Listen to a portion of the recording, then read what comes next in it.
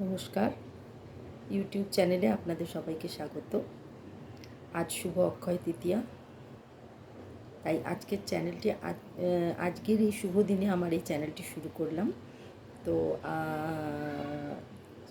শ্রী রাধা গোবিন্দর নাম নিয়ে আমি শুরু করছি। জয় শ্রী রাধা গোবিন্দ, জয় শ্রী রামকৃষ্ণদেব। তো আজকে আমি আপনাদের সঙ্গে একটু রামকৃষ্ণ কথামৃতের কিছু কথামৃত একটি অংশ আমি আপনাদের শোনাবো। আর মাঝে মধ্যে আমি আপনাদের কিছু ভগবানের কিছু আলোচনা করে শোনাবো। কিছু আপনাদের কোথাও আমি যদি যাই কোনো ধর্মস্থানে বা কোথাও গেলে আমি আপনাদের সামনে সেটা তুলে ধরার চেষ্টা করব। আমি আপনাদের কিছু ভগবানের কথা আপনাদের শোনানোর চেষ্টা করব, কিছু গল্প শোনাবো আপনাদের। আশা করি আপনাদের ভালো লাগবে। তো আজকে আমি আপনাদের শ্রী রামকৃষ্ণ কথামৃত থেকে একটুখানি কিছু এক ফোঁটা কথামৃত যেটা আমরা পাই, যেটা সেইটা আপনাদের সামনে আমি পাঠ করছি। অহংকার, উপাধি এসব ত্যাগ হলেই ঈশ্বরকে দর্শন করা যায়। আমি পণ্ডিত, আমি অমুকের ছেলে, আমি ধনী, আমি মানি, এসব উপাধি ত্যাগ করলেই দর্শন। এটাই ঠাকুর বলেছেন যে মনের থেকে অহংকারটা দূর করতে হবে। যে আমার এই আছে, আমি ধনী, আমি সব কিছু, আমার সব কিছু আছে, সেগুলো বললে চলবে না।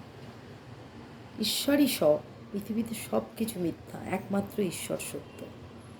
আপনার যা কিছু কষ্ট, যা কিছু, সব কিছু আপনি ঈশ্বরের চরণে নিবেদন করুন, সেই আপনাকে সঠিক পথ দেখাবে।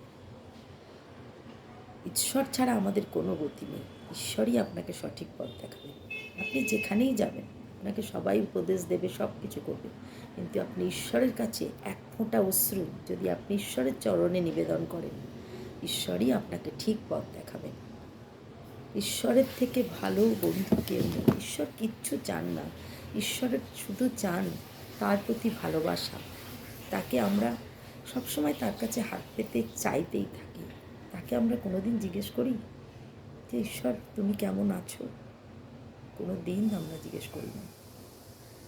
আমরা ঈশ্বরের কাছে যাই সবসময়, তাকে উচিত আমাদের তার কাছে প্রার্থনা করা এবং তার তুমি কেমন আছো প্রভু তাকে জিজ্ঞেস করা।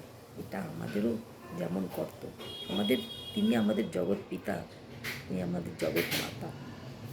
তার কাছে গিয়ে আমাদের জিজ্ঞেস করা উচিত যে প্রভু তুমি কেমন আছো? তুমি তো আমাদের যা রেখেছো, যা কিছু দিয়েছো তোমার কৃপায় আজ আমি এখানে বসে আছি, ওনারই কৃপায়। উনি ছাড়া কোনো কিছু সম্ভব নয়। জয় শ্রীকৃষ্ণ, জয় রাধা গোবিন্দ। নমস্কার।